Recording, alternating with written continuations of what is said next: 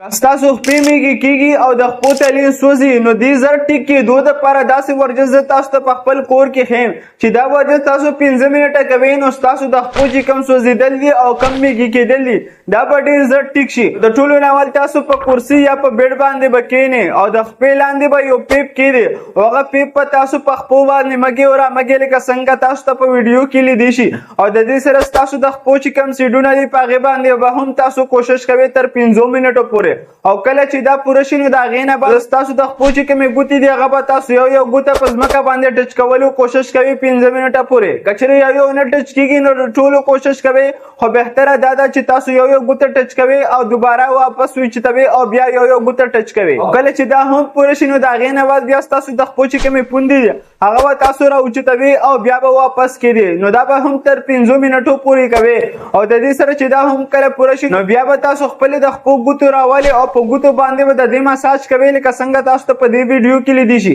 او د هغې نه بعد به یا تاسو د خپو په ګوتو کې خپلې ګوتې واچوئ او هغه به تاوولو کوشش کوئ ښي طرف ته هم او ګس طرف ته هم چې د دې سره ستاسو د خپو کم میږي کېدل دي او د خپو چې کم تری سوځي هغه ورسره زر ټیکېږي ځکه چې په خپو کې